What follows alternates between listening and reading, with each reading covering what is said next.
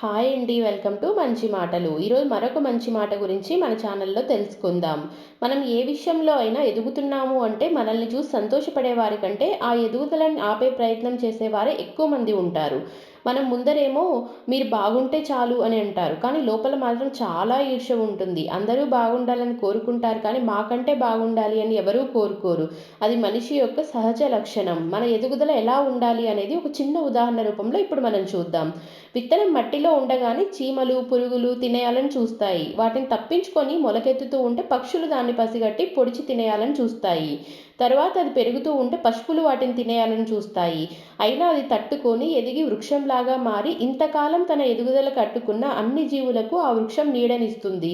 అదేవిధంగా నీ ఎదుగుదల చూసి ఈర్ష్యపడిన వారే నీ సాయం కోసం ఎదురు చూసే రోజు తప్పకుండా వస్తుంది. అంతవరకు కావాల్సిందల్లా ఓపిక మాత్రమే. మా వీడియో మీకు నచ్చిందనే అనుకుంటున్నాను. నచ్చితే తప్పకుండా లైక్ చేయండి. మీ ఫ్రెండ్స్ అండ్ రిలేటివ్స్కి షేర్ చేయండి. సబ్స్క్రైబ్ చేసుకోవడం మాత్రం మర్చిపోకండి. Thanks for watching.